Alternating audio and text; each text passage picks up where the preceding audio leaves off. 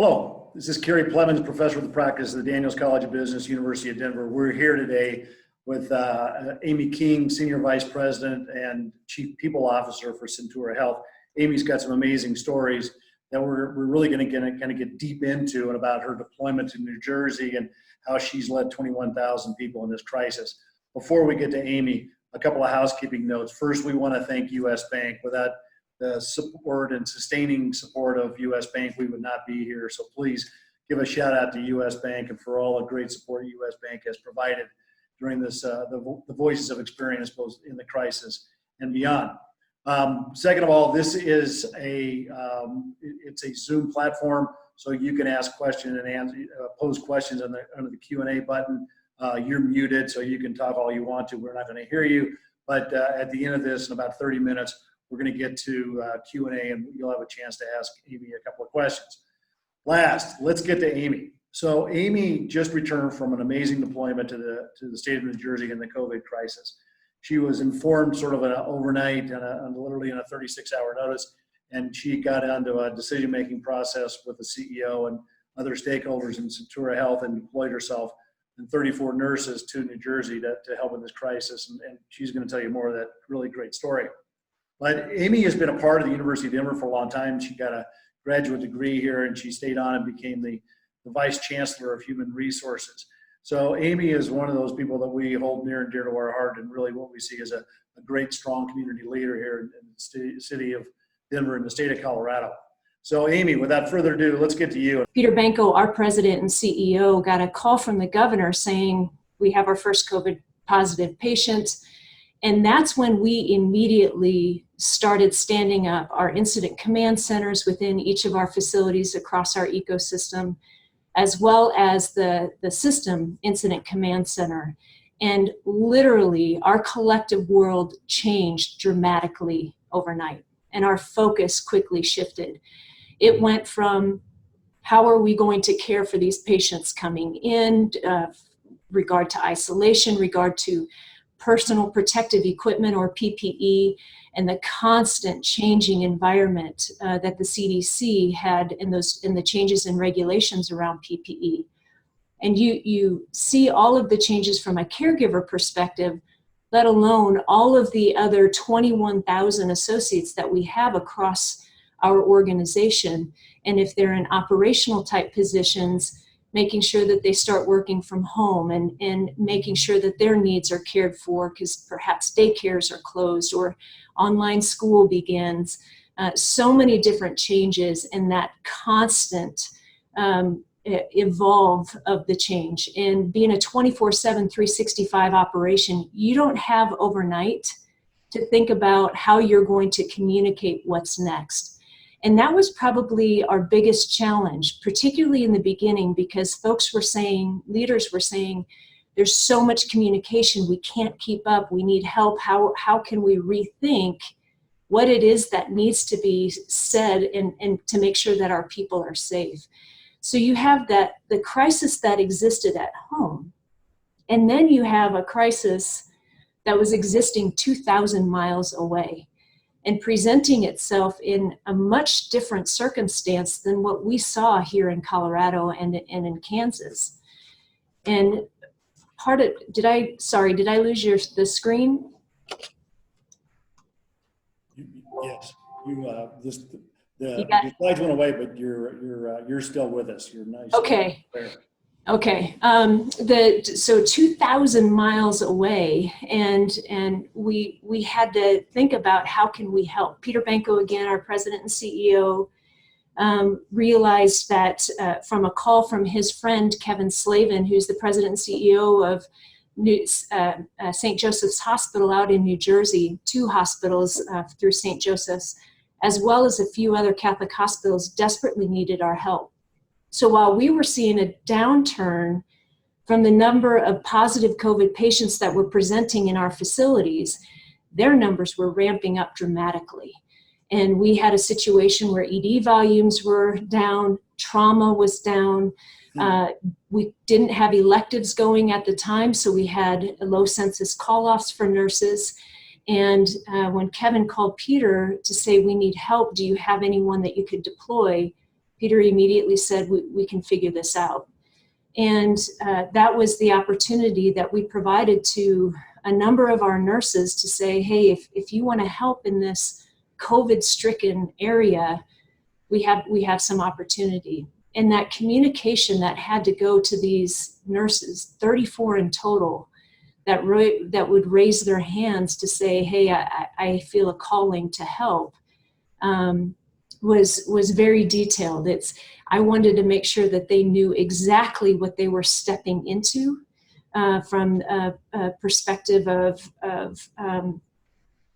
COVID, again, looking very different in New Jersey than what it did in Colorado. They were stepping into a war zone, as well as what it meant from staying in a hotel room and groceries and those aspects. So there were so many different details that had to be worked out, but ultimately, within 4 days of that call, 34 people plus myself as the administrator, we were on a plane heading to New Jersey to help out in this stricken area. So let me just dive into a couple deeper questions there. So first of all, from a leadership point of view, and I know you are a follower of the idea of servant leadership, but as a servant leader, how did you and your team make that decision? Because you made it quick. It's a fast decision. And what we're looking for really are sort of tools and suggestions for the people who are following us on Zoom here. How do you make those decisions so quickly and in retrospect so beautifully? So what great decisions were made, but how'd you do it? How'd you make those very fast sort of servant leader driven decisions? Yeah, Kerry, I think I'll go back to our culture and the type of individuals that belong in our organization. You know, our mission at Centura Health is to extend the healing ministry of Christ by caring for those who are ill and nurturing the health of the people in our communities.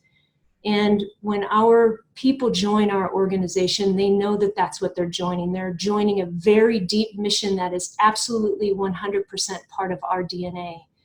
In addition to our overall Centura Health mission, we encourage our people to participate in creating their own individual missions, their own individual whys.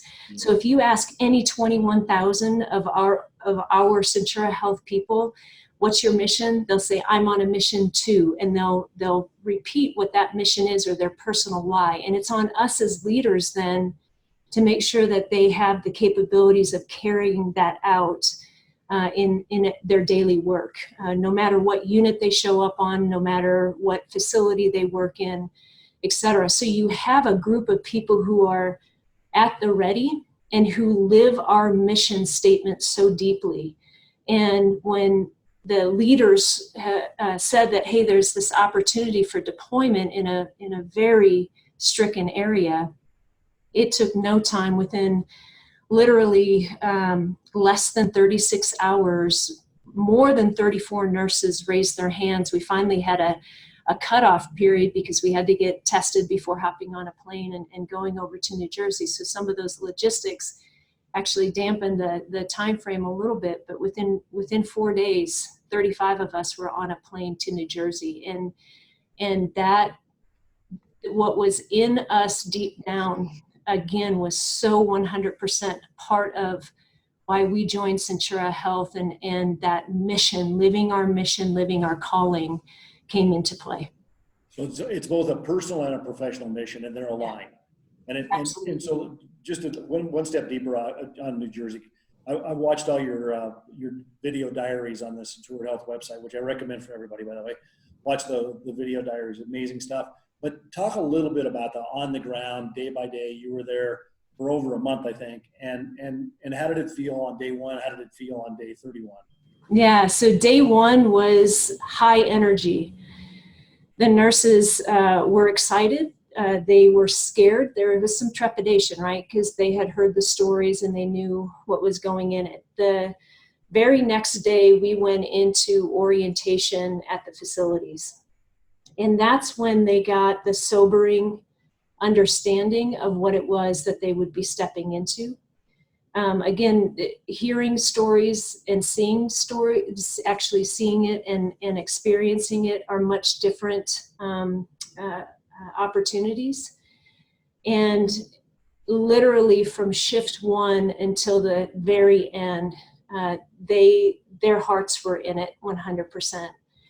The best part about the entire deployment is the nurses sharing the stories about not having any clue who these patients were, but being able to care for them in some of their worst hours. So I was telling Kerry before we started the webinar that when we started the deployment, there were a little over 4,500 deaths in New Jersey. And at the end of the deployment, there were over 11,000, or nearly 11,000 deaths by the time our deployment ended. So the face of COVID was real. And during the time there, the stories that the nurses would tell about praying with their patients or singing with them, or so many of them taking out their personal cell phones because New Jersey couldn't allow visitors, and dialing family members so that they could do a video chat with them and say goodbye before the patient that they were caring for died. And so many of them actually received follow-up phone calls because of the cell phone numbers being there from family members thanking them for taking the time to do that, because they didn't have to, but they did. Those patients were so blessed to have our 34 caregivers out there watching over them, caring for them. I'll never forget one of the stories. One of the nurses called me up and said, "Amy, I had the greatest shift." And I said, "That's wonderful. Why was your shift so great? You're like 6, 7 in." And she said, "Amy, this is the first shift that I didn't have a patient die." Oh, wow. And when I asked her how many patients had passed, she said, "I've had over 25 patients pass." And again, she had only had about 5 or 6 shifts at that time. So the stories were absolutely incredible. And I felt so blessed to be able to be there to support them. And the best was even when I would receive those texts or those calls in the middle of the night, because I knew that they could trust me and share their experiences, even if that meant, "Hey, missed the shuttle because I had to chart. Can you come pick me up from the hospital?" Those were the best phone calls that I could have received as the administrator out there helping and supporting them. Amazing. And I want to go just a little deeper on this, Amy. This is such a key. So as a leader, you're the leader, and you're supporting the 34 nurses plus 21,000 other people on your day job, I know. So you're the chief people officer with 21,000 people, but most directly for those 34 people. And I have this vision, this sort of feeling that it's one thing to be exhausted from a 12 or 13 or 14 hour nursing shift, but it's a totally different feeling to watch 25 people pass away in 5 days or so.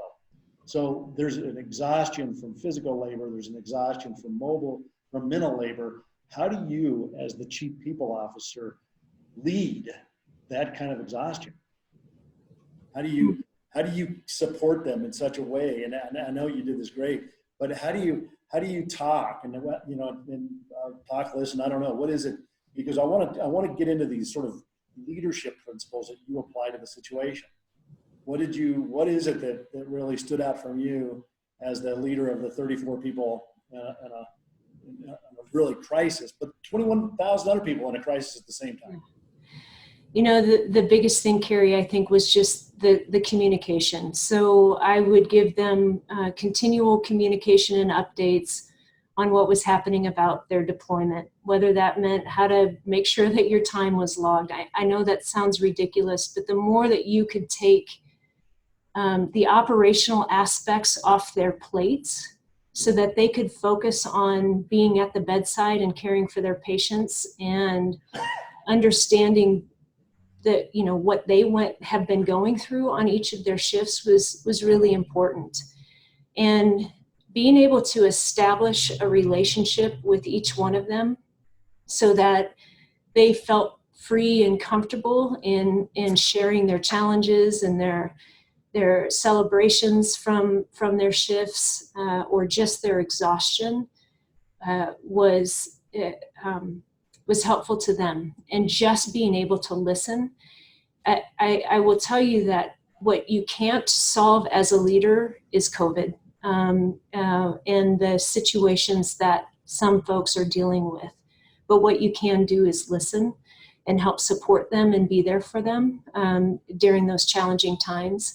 And I think being that servant leader for them was answering their questions with clarity. It was building trust and building a relationship with them that helped them see through each and every one of their shifts. Wow, yeah, I'm humbled. So here's what I've heard, and I want to just a little bit deeper on this, but you're a servant leader, and I read this book, James Autry's servant leadership stuff, and one of his number one principles is be useful to those you're leading. Be useful, be a servant to those, build their capacity. And one of your ways of being useful is take away some of the minutia of the day-to-day grind. Don't worry about the hotel, don't worry about food. Amy's got that covered. You worry about the patient. Is that, and by the way, and one of the things when you and I were talking before is it's not just being useful and listening, it's also really being present. So they look you in the eye and feel your compassion at the same time. Yeah, I think compassion is the right word, Kerry. If you look at the Latin root word of compassion, it is to suffer with. And to be able to understand and be with them one-on-one on that level, or even just via phone if I couldn't be there in person because they were deployed in 5 different hospitals throughout New Jersey. That was really important. I will say that there's also another nuance, though, to crisis leadership. It's not only being there to help with the details, it's also, you have to also build in heads up time, what I call heads up time. And that's the capability of being able to rise up and see things from a distance as well. So not only were we in the day-to-day details, the grind of dealing with COVID and the war zone that they were experiencing, as a leader, you also have to be able to have that heads up time, see from the 30,000 foot perspective and see from a distance so things don't get distorted. And you can lead with clarity. And it's so tough in a crisis to not get distorted and to not lead with clarity. So I think that there's a balance when it comes to leadership in crisis, and being able to juggle both, particularly in the midst of feeling frantic about time and things constantly changing. It's important to have that balance. But going back to the compassion piece too, if you don't have compassion as a leader during these challenging times, it can be tough. So this speaks to your culture. Now I'm going to go one deeper on this word compassion, and I want to go one step deeper on culture, because I think culture, and you've spoken to me offline a little bit about this, and 2-part question. One is, did you see people who shouldn't be leading in a crisis because they can't handle it? Did you see people who just weren't? Did you see instances where it was really best as the overall people leader of a 21,000 person organization? Is there a place where you need to make sure that people are staying safe, but maybe not in the leadership role? So actually, let's do that one, and I'll come back to the second part of this compassion question. Sure. So from a culture perspective, I think I may have mentioned earlier that the health of a culture of an organization can be seen in how much the mission and values are lived. Towards the end of the New Jersey deployment, the capability that we built together as a team, as a tribe in New Jersey, helped us all the way through to the end. And I know that a lot of that was driven and rooted in the culture that we had, because again, it was about serving a community and helping where there was need. And that was first and foremost in every single one of those nurses, and their demonstration of leadership absolutely shined as well, by going in there and fearlessly facing this, as Amy Espinosa says in one of her videos on the COVID website, this face of evil. So culture absolutely plays in it. And again, from a leadership perspective, you have to be able to build that trust and that relationship with people in order to lead them through it. So you can't pull away, you've got to lean in. And hopefully that helps answer your question, Kerry. Yeah, and just one step deeper on this and the culture thing. So when you're on the day-to-day front lines and you're exhausted, how does your mission, how does the individual and the personal and the professional mission help you rejuvenate your energy? And how do you use that personal and professional mission to help people get their energy back, to sort of replenish their energy, to go back and fight again the next day in a really evil fight? Yeah, so my personal mission is to help coach and grow people into champions by helping them discover their knowledge, their skills, their capabilities, but more important, an internal self-confidence that I see in them and I know others see in them as well. And as they were going through this turmoil, their skills and their knowledge, they questioned it because they felt like they couldn't help everyone, given how traumatic and how COVID-stricken New Jersey was. And so the capability of just talking them through what they brought to the table there and how they were fearlessly helping this community and helping them build up their confidence that they absolutely, and the knowledge that they brought to the bedside was incredible. And being able to help and serve them in that way by just having those conversations after a long shift, or sitting around and having dinner with them, breaking bread together and hearing their stories, and being able to help them understand all of the good that they were doing, and just reassuring them that their great work wasn't for naught, was probably the most thing that filled my cup and gave me the energy, right? Because again, their shifts were around the clock, and therefore I made my shifts around the clock as well, so that I could be there for them. I can't imagine the sacrifice. So by the way, my definition of compassion, another definition, is that when you were willing to sacrifice your own health and well-being for the betterment of somebody else, that's compassion. And so you guys in the medical industry, you sacrifice potentially your own health, your own well-being, your exhaustion from 24 hours of no sleep and stress. You sacrifice yourself for the well-being of others. I think everybody in healthcare kind of gets that. It's almost a Hippocratic oath. But that word compassion is such a fundamental part of Centura Health. And I love your personal mission statement. I think that you need to help. We're going to write a book, so I'm going to have about 5 leadership principles that we're going to do as takeaways in a couple of minutes. But let me go to this this third piece, which is the resilience and the rejuvenation, and how do you get back? So now you're back, exhausted, reintegrating with your family, both at Centura Health and at your home. But what is this resilience and what's this rejuvenation? What's it look like for the next, because we're in this for another year or so. What's it look like? How do you, and I'll talk a little bit about mental health, both of yourself and the 21,000 people. Yes, so from a resiliency perspective, I would encourage all of the listeners to actually take a look at the videos, particularly of the 2 nurses. And you can see the energy when they started this deployment and how it quickly slipped through to the end. And back to your point, Kerry, on the PPE, you can just see it on their face. The masks were born into their nose and their cheeks. And to be able to serve under those conditions is absolutely extraordinary. And so coming out of a situation like that, as Winston Churchill would say, never waste a good crisis.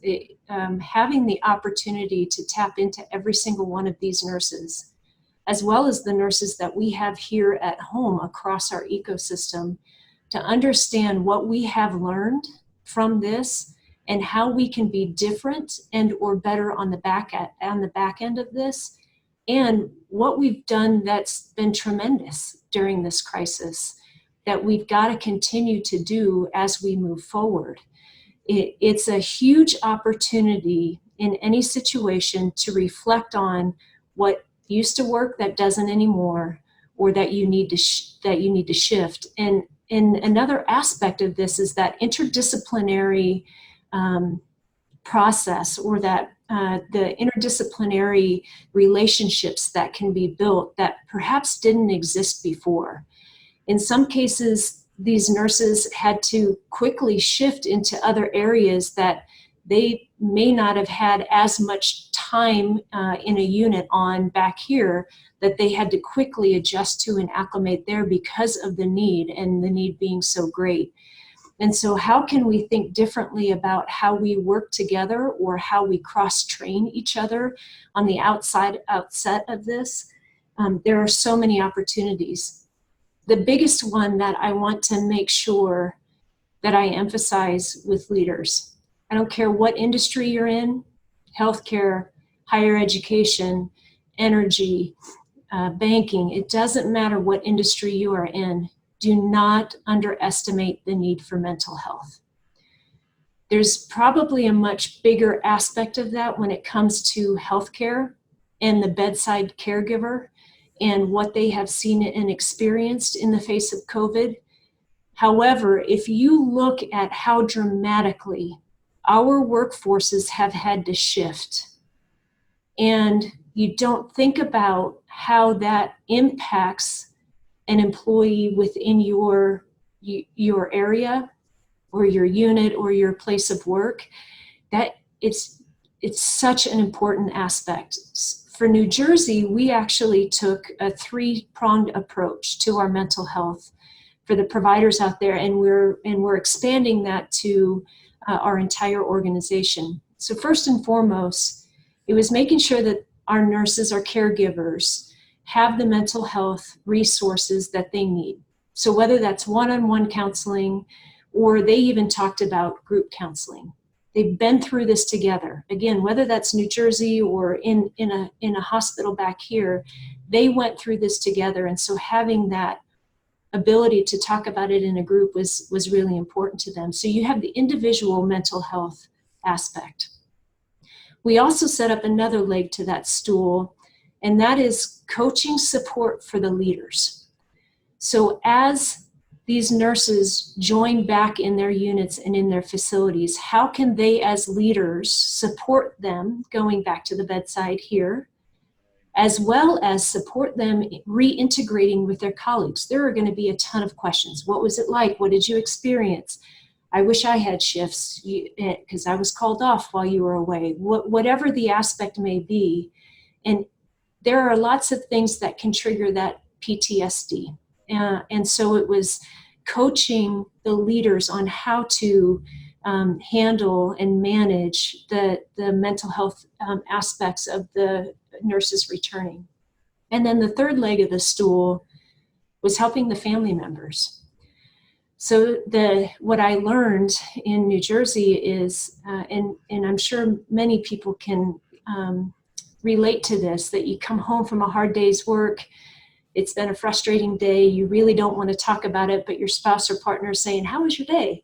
And it's coaching the family members on that it's okay if they don't want to talk or don't necessarily want to debrief with you in particular, or how to appropriately listen, because you can't always solve everything. And I'm not sure that there's a great solve for COVID and caring for COVID, or the experience of caring for COVID. So just how to listen and how to pay attention to the different responses that individuals might have. And so as leaders in your organizations, again, whether healthcare or not, paying attention to those shifts. Associates had to, or employees had to completely upend and work from home, and maybe they weren't used to that. And maybe some of them are juggling with daycare call-offs and certainly online school situations. Or some of them are just struggling with having their office now be their kitchen table and needing that otherwise interaction that they had. And that's a big deal. So we can't miss that mental health aspect as leaders. It's beautiful. So you and I are going to write a book when this is over, but one last sort of frame for questions. And I kind of, so you talked about the group therapy for caregivers. You talked about coaching and support for those people, for helping their families and really thinking about this. We're about to go into the new beginning. What advice might you give to leaders? Because we're sort of the end of the beginning. I think there's a Winston Churchill, we're not the end of the end, we're just the end of the beginning. We're not even the beginning of the end. We're just at the end of the beginning. But you mentioned this once before. So what should leaders be thinking about now? Because we are beginning a new era in COVID and not predicting the end or even the middle, but what do you see now that we are beginning, and what should leaders think about? Yeah, I think some of what I had mentioned earlier. So how are we looking different from a work perspective on the outset of this pandemic? How are we going to be doing our work differently? What different technologies do we need to have in place? What aspects are we putting in place to help our workforce be more innovative around the changes and the shifts that have occurred because of this pandemic, or that were necessary even before the pandemic hit, but just didn't have the option or the avenue to deploy them. So I think, as leaders, we've got to think about how we must think differently in the way in which we work. And every day you got to wake up and have the collaboration. So I heard a couple of real big hits here for me. So everything in leadership, I think, as you would say, would start with mission and purpose. And for you, mission and purpose starts with compassion, with being useful, with listening, with building trust, and communicating. So that sounds like a model that we might want to work on someplace. So I think we have a bunch of questions coming from the audience and participants. So can I ask Kate Dillon to join us now? And if you don't mind, are you okay, Amy? You got a couple more minutes here. We'll see what the audience is asking and what kind of questions you might have. Sounds great. Thanks, Kerry. Hi, Amy. Thanks so much for fantastic conversation. So a question from the audience would be, can you speak to how the state of your hospitals and staffing has changed throughout the crisis in terms of occupancy and staff, and sort of where you are today? Yeah, so throughout the crisis, when the crisis first hit, we actually did a call out to all of our associates to tell us where they have capabilities in different areas, being uncertain where and how the pandemic would hit. And that way we had the capabilities of taking those individuals with multiple skill sets and quickly training them up so that they could maneuver and move into different units if and where necessary. It certainly created an interesting perspective and look on our workforce and the capabilities that we have. Now, on the flip side, we also have a situation where we still have a number of individuals called off, again, because of the elective closures, and now they're reopened, so we're seeing a little bit of shift in volume, but still low ED volume, low trauma volume. And so it's making sure that we still keep those that are called off engaged within our ecosystem, within our organization during this trying time. But it's given us an interesting insight to look, again, going back to that interdisciplinary options that we have seen in the wake of COVID. Absolutely. A question from one of our MBA students. How do you care for yourself during this type of situation so that you can best take care and lead others? Yeah, I tell you what, having awesome colleagues and an awesome spouse and kids at home are hugely helpful in this situation. When you have the opportunity to share experiences with each other and know that you have incredible support at home, it makes things a whole heck of a lot easier. Absolutely. Okay, another question. How do you balance the challenging guidelines of social distancing with the need for families to be there for their loved ones as maybe they're passing? Yeah. That was another very difficult challenge, particularly early on when we weren't quite sure how COVID was presenting or would continue to present and how much surge we would or wouldn't have. We received a lot of questions from our associates across the organization, even those who weren't at the bedside caregiving, because perhaps they had immunocompromised family members at home, whether that kids or spouse or partners or parents that lived with them as well. And we had some generous support of of hotels and other folks that would give opportunity for individuals who believed that they were in harm's way of creating potential harm for folks at home. So we were able to give those options and resources. Overall, it was also educating so many of our associates as well as the community with regard to PPE and keeping yourself safe and healthy through this pandemic. We recorded a number of videos that we actually put on our website for public consumption as well, just from an explanation standpoint on what we were seeing and health and safety concerns. Thank you.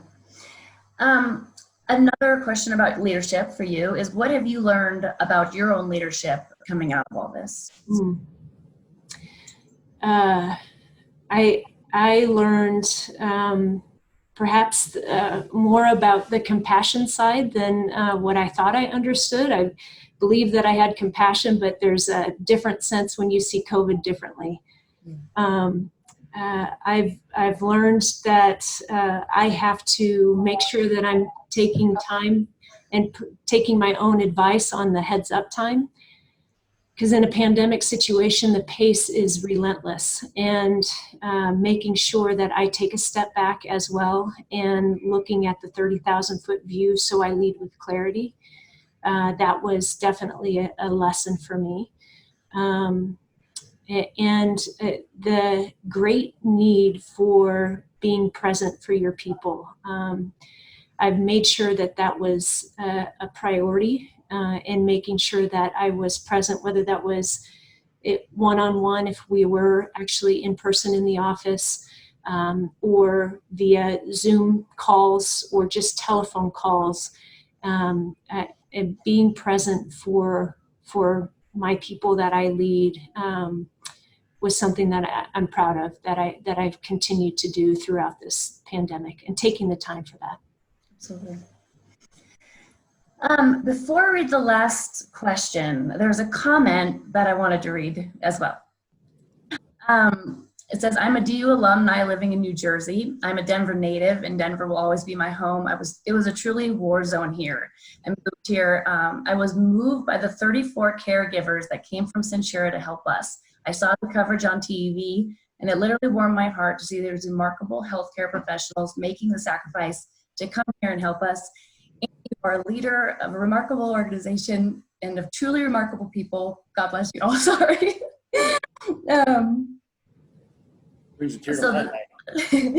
So the last question would be, how do you think this will change the healthcare industry? Well, that's a good question. I think there are so many aspects of it, whether it's with regard to PPE or how we shift and navigate from a communication perspective in a crisis or in pandemic, how we stand up incident commands and staffing incident commands. There are so many learnings out of this. And in a crisis, you quickly learn what works and what doesn't. And I think from a healthcare perspective as well, number one is how much can be done virtually, right? Mm-hmm. So your PCP visits, and those aspects, there were so many opportunities that existed before that really created the platform for the online caregiving that is occurring today. I think that's probably the biggest aspect from a healthcare perspective that will come out of this COVID. Thank you for answering those. Never let a good crisis go to waste, as my friend Amy King says, right? So Amy, I want to just take a minute and say I'm humbled, truly humbled. I'm one of those people that go out in Observatory Park over here and howl like a ugly coyote at 8 o'clock every night because we're so grateful for the service that you're leading. I'm humbled by your perspective of compassion and servant leadership. I'm humbled by your personal sacrifice. I'm really inspired by the way you talk about leadership. And by the way, I don't know, you're looking for an old bald professor to go to, never mind, I'm not really looking for a job. But I'm really grateful. I want to just say thank you one more time, give you a moment for a couple last comments, and then we'll close out. Any words of wisdom for our leaders in the audience as we come to conclusion here? I think the biggest thing is, again, don't underestimate the mental health aspect for your people. I feel absolutely humbled and blessed to be able to serve this organization and the incredible caregivers that we have in every single one of our facilities. The glimpse of the discipline that I was given around nursing for that month on this deployment was unbelievable. And it gives a different perspective on so many different aspects. And I will forever be grateful for that opportunity and appreciative of the new friends that I have found in these nurses that have allowed me into their discipline. You're a humble person. You're a humble leader. I love the servant leadership aspect of everything you said today, Amy. I'm so grateful for your time. This brings us to the conclusion of our Voices of Experience in a crisis situation. We'll see you guys all back in the fall with some new Voices of Experience. We hope this has been beneficial to alumni and stakeholders of the Daniels College of Business, the University of Denver.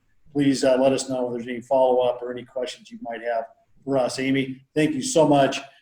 Kenny, Kate, thank you so much for this. It's been a real pleasure getting to know you and getting to work with you. And please stay safe. Please stay healthy. And see you on the other side of this. Thank you.